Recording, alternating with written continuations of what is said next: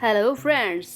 Wind breaker के पिछले chapter में हमने देखा था कि हमें दिखाया गया था एक ऐसा हीरो जो पढ़ाई में बहुत ही ज्यादा अच्छा है, इवन स्कूल का प्रेसिडेंट है। उसके अलावा ये साइकिल चलाने में यानी कि बाइक चलाने में बहुत ही ज्यादा अच्छा है।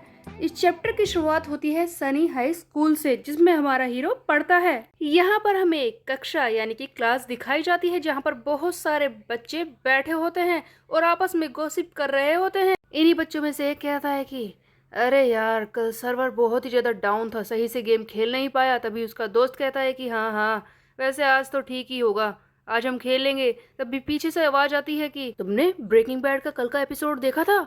जैसे कितनी हॉट लग रही थी। वैसे बहुत ही बुरी बात है कि ये लास्ट एपिसोड था, मैं और देखना चाहता था।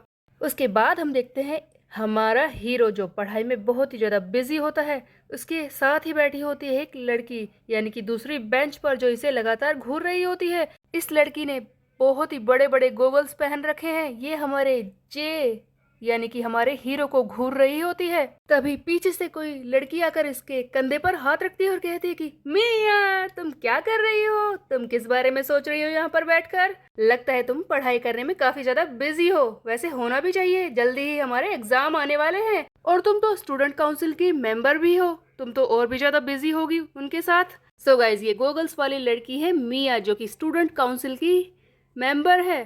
तब मिया कहती है कि ओ वेल, हाँ, थोड़ा सा तो पढ़ाई कर ही रही थी मैं, इन सारे कामों के लिए यहाँ वहाँ घूमना पड़ता है। तब दूसरी लड़की यानी कि यूना कहती है कि ओ ऐसा है, लगता है तुम तो बहुत ही ज्यादा मेहनत कर रही हो। वैसे ये बताओ कि हमारे स्टूडेंट काउंसिल का प्रेसिडेंट तुम्हें परेशान तो नहीं करता? कहीं वो तुम्हें हैरेस तो नहीं कर रहा? स्टूडेंट काउंसिल का प्रेसिडेंट है हमारा हीरो, जिसका नाम है जे। तब मिया कहती है कि नहीं नहीं, ऐसा कुछ नहीं है, वो बिल्कुल भी मुझे परेशान नहीं करता। तब यूना कहती है कि सच कह रही हो ना? खैर जो भी हो, भूल जाओ इस बात को। वैसे भी एग्जाम्स के लिए मार्क्स तो चाहिए ही, और इन सब कामों से अच्छे ग्रेड्स तो मिलते ही हैं। वैसे तुम्हें नहीं लगता कि हमारा स्कूल का प्रेसिडेंट थोड़ा सा अजीब है? वो बहुत ही ज़्यादा एक्सट्रीम है। देखो उसे, सारा दिन तो पढ़ाई ही करता रहता है, वो किसी से बात तक नहीं करता, बस सारा दिन किताबों में अपने सर को घुसाए रखता है। जब देखो तब बस पढ़ाई करता रहता है सारा ही दिन। कोई भी लड़का या फिर लड़की से बात करने जाए तो उन्हें जवाब तक नहीं देता। ये बेचारी मेरी फ्रेंड मिया, उसे ऐसे इंसान के साथ काम करना पड़ रहा है। मैं जानती हूँ ये तुम्हारे लिए बहुत ही परेशानी वाली बात होगी ना?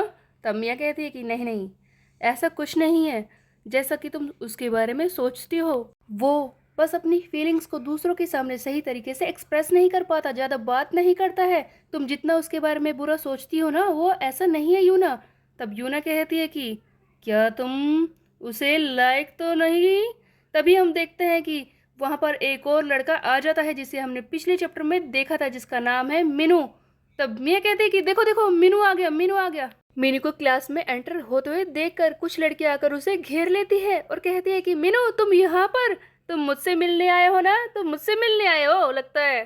तब यूना कहते हैं कि देखो इस मीनू को, यहाँ पर भी शो ऑफ करना शुरू कर दिया, इन सारी लड़कियों को अपनी तरफ अट्रैक्ट करने की कोशिश कर रहा है बस। मीनू ये सुन लेता है और यूना से कहता है कि मेरी बात को ध्यान से सुनो दादी माँ, मैं तुमसे बात करने के लिए नहीं आया हूँ, अपने काम से काम रखो। ये सुनते ही यूना हो जाती है बहुत ही ज्यादा हैरान, क्या कहा इसने ग्रैनी? तब मीनू आगे कहता है कि मुझे परेशान करना बंद करो, चुपचाप यहाँ से अपना मुंह उठाओ और निकल जाओ। पता नहीं सुबह सुबह से किसकी शक्ल देखनी पड़ रही है। ये सुनकर यूना कहती है कि यू जर्क फेस, तुमसे किसने कहा था यहाँ पर आने के लिए? चुपचाप यहाँ से चले जाओ, समझे? तुम्हें यहाँ पर बुलाया है किसने था वैसे भी?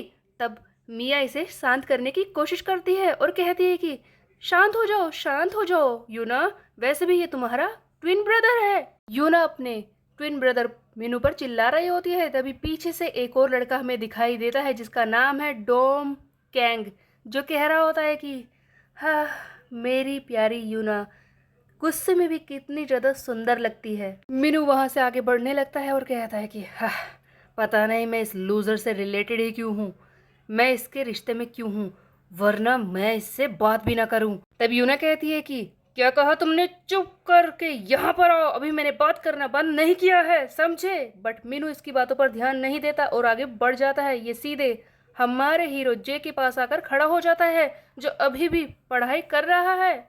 मीनू जे से हाय बोलता है, बट जे अभी भी पढ़ाई में बहुत ही ज़्यादा बिजी है, इसकी तरफ ध्यान तक नहीं देता। तब मीनू जो सोच रहा है कि अब मैं क्या करूँ। हाँ, ये तो बिल्कुल मुझ पर ध्यान नहीं दे रहा।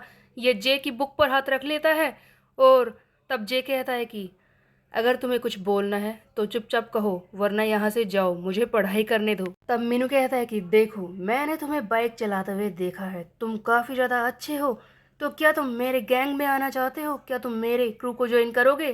तब जे कहता है कि क्या कहा, मैं ज्वाइन करूँ? तब मीनू कहता है कि हाँ, हमने, हमारे साथियों ने और मैंने कल तुम्हें देखा था जब तुम उस ढलान से नीचे आ रहे थे अपनी बाइक को चलाते हुए। तुमने तो काफ़ी कमाल कर दिया था, सभी लोग हैरान हो गए थे। और एंड में आकर तुमने जो स्किड किया था, वो स्किडिंग तो कमाल की थी। मेरे सारे क्रू मेंबर्स उसे देखकर हैरान हो गए थे। बस यही एक बात थी जिससे सब इम्प्रेस हो गए थे। गेस वॉट, मैं तो ये बात जानता ही नहीं था कि हमारे अलावा स्कूल में कोई ऐसा इंसान है जो इतनी अच्छी बाइक रेसिंग करता है। और वो निकला कौन? हमारे स्कूल का प्रेसिडेंट। तो मैं तुमसे यही कहने के लिए आया हूँ कि मेरे क्रू में तुम्हारा स्वागत है। हमारे स्कूल के प्रेसिडेंट का हमारे क्रू में स्वागत है, वेलकम। लेकिन जे, वो बिल्कुल भी इसकी बातों पर ध्यान नहीं दे रहा होता है। तब यहाँ पर हमारा बेचारा मीनू, जो इतनी ज़्यादा शो ऑफ करके ये सारी चीज़ें बोल रहा होता है, वो हैरान हो जाता है कि अब मैं क्या करूँ, गजब की बेइज्जती हो रही है यार। तब मीनू कहता है कि कम से कम प्रिटेंड तो कर कि तू मेरी बातें सुन रहा है। उधर हम देखते हैं कि मिया और यूना यही बातें डिस्कस कर रही होती हैं कि इन दोनों के बीच में क्या बातें चल रही हैं। यूना कहती है कि ये मीनू तो उसे जानता भी नहीं है, फिर भी उससे बात कर रहा है। आखिरकार इन दोनों के बीच में कैसी बातें हो रही हैं, मैं भी जानना चाहती हूँ। तब मिया कहती है कि वैसे हाँ, हैरानी वाली बात तो है। उधर हम देखते हैं कि जे मीनू से कहता है कि देखो, मैं किसी भी गैंग में नहीं आना चाहता, इसीलिए अगर तुमने बात करनी अब खत्म कर ली है तो चुपचाप यहाँ से जाओ, मुझे अपनी पढ़ाई करनी है। तब मीनू कहता है कि तुम्हें तो बाइक राइडिंग करना पसंद है, मैंने सही कहा ना? तब जे कहता है कि मेरी बात को ध्यान से सुन लो, मैंने कहा ना मैं इंटरेस्टेड नहीं हूँ। इस पर मीनू कहता है कि ओ, नॉट इंटरेस्टेड? वैसे तो इस चीज़ का कुछ किया ही नहीं जा सकता, तुम्हारी ये बकवास स्टडीज़, लगे रहो इसी में, मैं जा रहा हूँ। मीनू तो ये कहकर वहां से चला जाता है। तब हम देखते हैं कि जे इस मीनू की बातों के बारे में सोच रहा होता है। जब इसने कहा था कि तुम्हें बाइक राइडिंग करना पसंद है ना, तो क्या सचमुच इसे इतनी ज़्यादा पसंद है बाइक राइडिंग करना?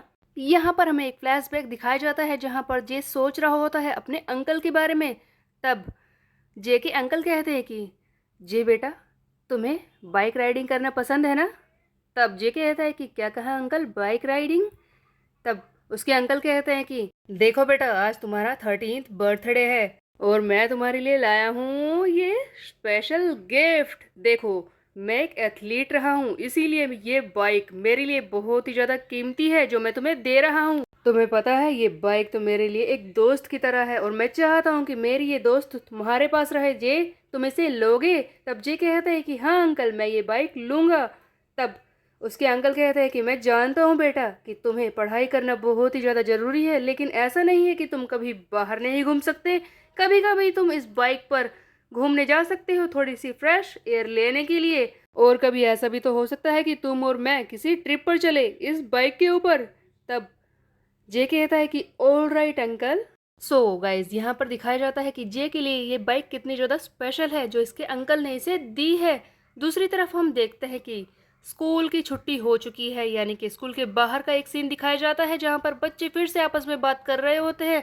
कुछ कानों में आवाज़ें आती हैं कि मेरे डैड तो मेरे लिए एक स्वीट कोट खरीदने जा रहे हैं, तुम्हें पता है? तब उसका दोस्त कहता है कि अच्छा ठीक है, बट मेरे जैसे कलर का मत खरीद लेना, वरना लोग सोचेंगे कि हम दोनों कपल हैं, समझे? तब एक और आवाज़ सुनाई देती है जो कह रही है कि ओह डैम, स्कूल में सारा टाइम वेस्ट होता है, मेरी तो सारी जवानी स्कूल में ही निकली जा रही है। ये लड़की होती है यूना जो कह रही है कि स्कूल में कितना टाइम वेस्ट करना पड़ता है। तब मिया कहती है कि चिंता मत करो, एग्जाम्स के बाद वेकेशन शुरू हो जाएंगी, थोड़ा सा और वेट करो यूना, फिर अपनी छुट्टियों को एंजॉय करना।